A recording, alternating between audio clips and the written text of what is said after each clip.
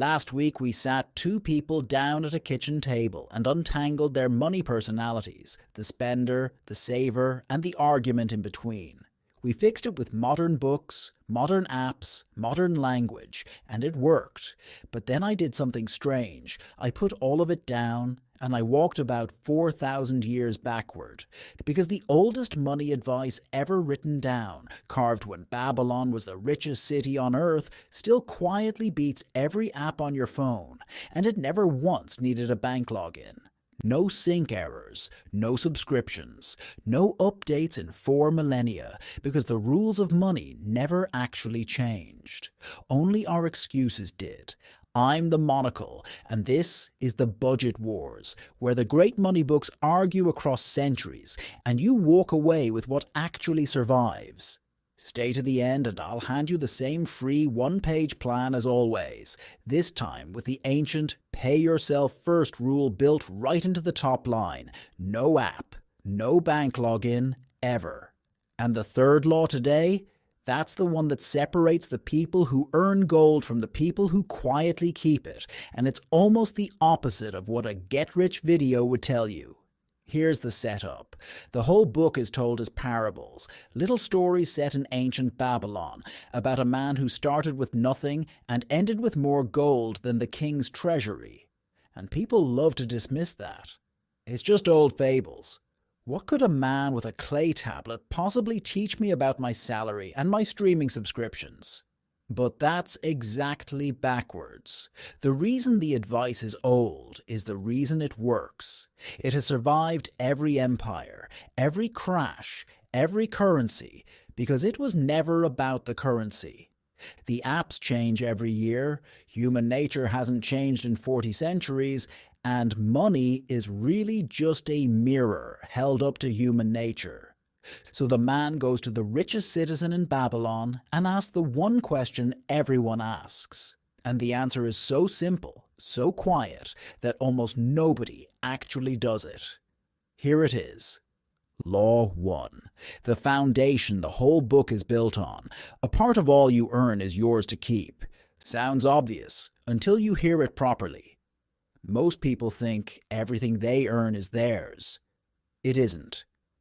Almost all of it belongs to someone else the moment it arrives. The rent, the shops, the bills, they all get paid first, and you get whatever survives. Which, for most people, is nothing. You work all month and pay yourself last. The ancient fix flips the order. Before a single coin goes to anyone else, you take at least 1/10, one coin out of every 10, and it is yours. Untouchable. Paid to your future self first. That's it. Not 1/10 of what's left over, because nothing is ever left over. 1/10 off the top before life gets its hands on the rest. And here's the part that stings. 1/10 is small enough that you will barely feel it gone, which is exactly why almost nobody bothers. It feels too small to matter. It's the whole thing that matters. Now, the moment I say, keep 1/10, half of you think the same thing. Lovely idea, but I can't. I already spend everything I earn.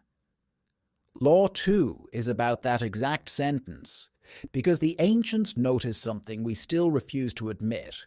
What you call your necessary expenses will always grow to swallow exactly whatever you earn, unless you order them not to. Give a person more money, and within a month their needs have quietly expanded to eat it. The bigger salary, the bigger flat, the nicer everything. The gap never widens. That's not bad luck. That's a law. So the parable draws a hard line between what you need and what you merely desire. Most of your must-haves are just desires wearing the costume of necessities. The fix is unglamorous and permanent. You budget your spending so it fits inside 9/10 of your income. 9/10 pays for your entire life. The last 10th was never available to spend. And notice, this is the same discipline the modern books sell you, just older and cheaper. Cap the wants, protect the 10th. The app charges you monthly for this. A dead Babylonian gave it away for free. Now, Law 3.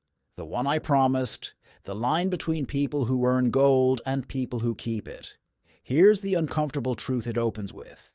A tenth saved, sitting in a jar, is not wealth. It's a start.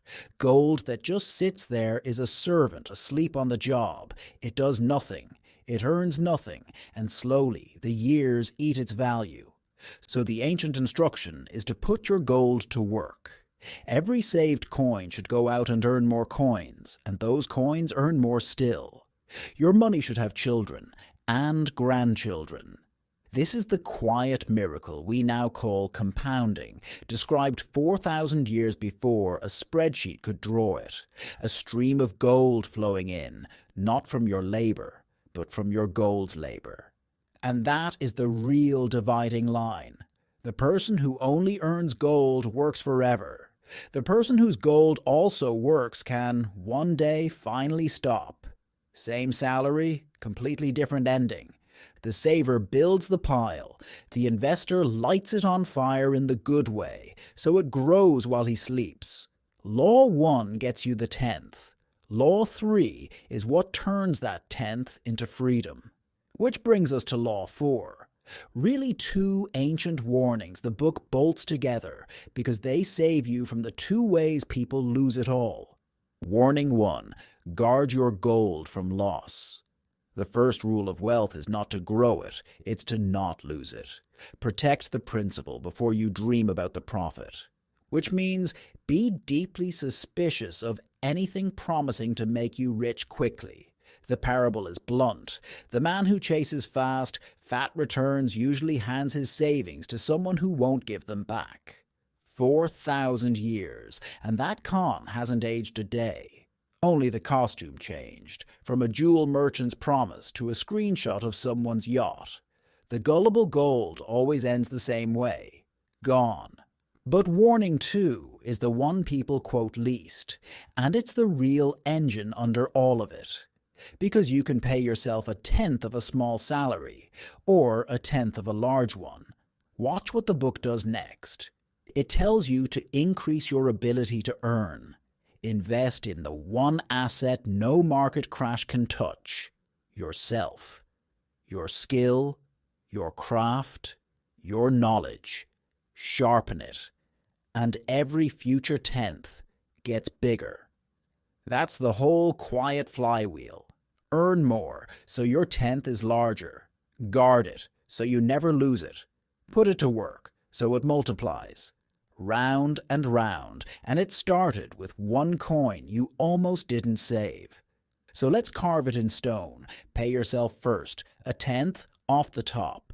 Control your expenses so the tenth survives. Make your gold multiply, and guard it while you grow your power to earn. Notice what's not here. No app, no login, no monthly fee, no feature update. This system has been running unbroken since before money was even made of paper. And it connects everything we've done in this series.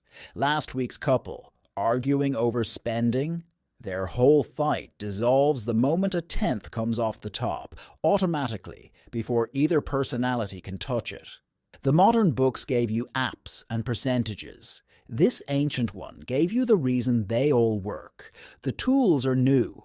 The law is 4,000 years old, and it hasn't lost an argument yet.